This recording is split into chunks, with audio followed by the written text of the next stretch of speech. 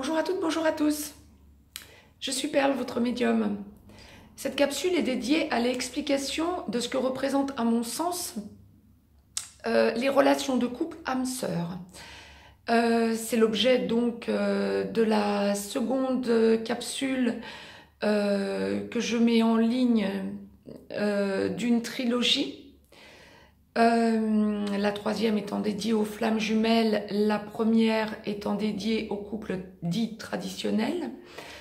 Cette seconde capsule, pour expliquer ce qui est à mon sens, encore une fois avec mon expérience de médium, qui avec le recul depuis ma plus tendre enfance,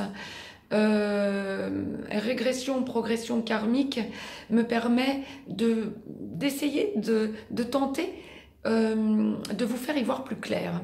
Alors en aucun cas, pareil que pour les deux autres capsules, vous ne devez à tout prix vous faire rentrer dans un moule, faire rentrer votre relation dans un moule.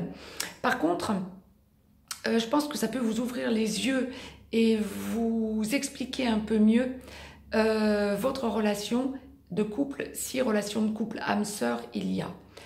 Alors, une relation de couple âme-sœur, c'est bien une relation de couple où il y a un lien karmique, retrouvailles karmiques dans cette vie. On entend par retrouvailles karmiques le fait d'avoir déjà vécu quelque chose avec la personne qui aujourd'hui forme un couple avec vous. Quand il s'agit de retrouvailles karmiques âme-sœur, il n'y a pas forcément eu un lien de couple dans une vie antérieure.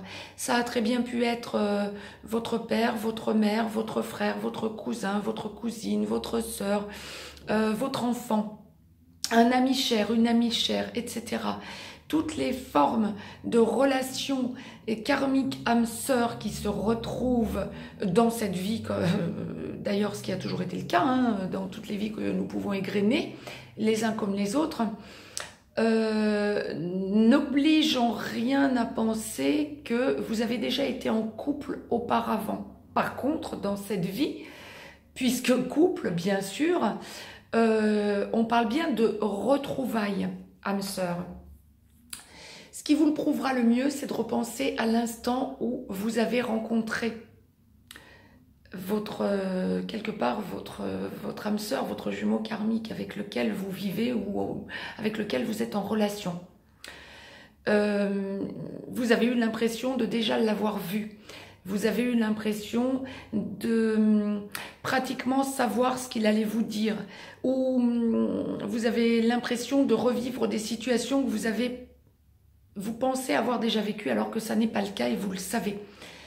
Il y a aussi des lieux qui pourront souvent vous toucher, que vous voyez seul au moment où vous êtes déjà en contact avec votre âme sœur, avant de vivre ensemble, j'entends, ou pendant une séparation, etc.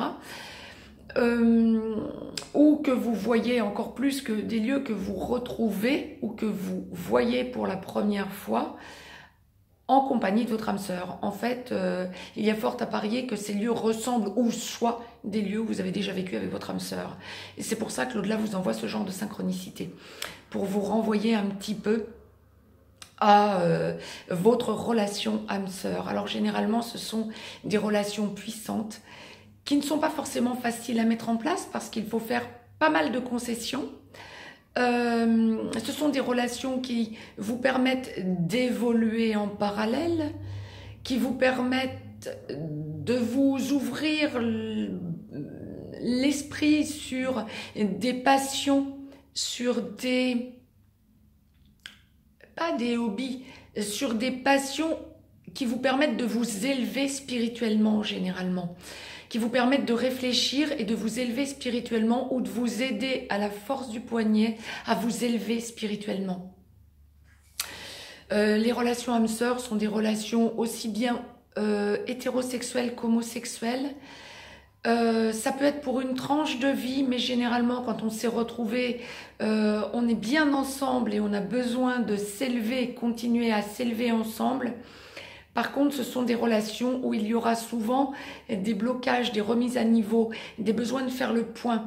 Et il y en a toujours un des deux qui hésite beaucoup plus à faire le point. Donc, on peut s'attendre, et ça, il faut vraiment tout mettre en œuvre quand ça ne vient pas de vous. Pour éviter les non-dits, on peut s'attendre à des non-dits dans ce genre de couple. Parce que blocage lié au karmique, au karma, à une vie karmique antérieure. Parce que peur que ce qui a engendré la séparation dans une vie antérieure ou ce qui a engendré une discussion un peu houleuse puisse se retrouver dans cette vie. Donc il peut y avoir beaucoup de blocages dans la relation âme-sœur qu'il faut tout faire pour lever, pour s'élever en commun. Voilà ce que je souhaitais vous dire pour les relations karmiques âme-sœur. Si vous avez des questions sur une relation propre, sur votre relation à vous, que vous souhaitez l'évoquer en privé, n'hésitez pas à me contacter. Je vais vous laisser un petit lien en dessous de cette capsule. N'hésitez pas à me mettre un petit pouce bleu. N'hésitez pas à partager. N'hésitez pas à vous abonner de façon à voir en temps et en heure les notifications. Quant à moi, je vous embrasse. Je vous souhaite une très belle semaine. À très vite.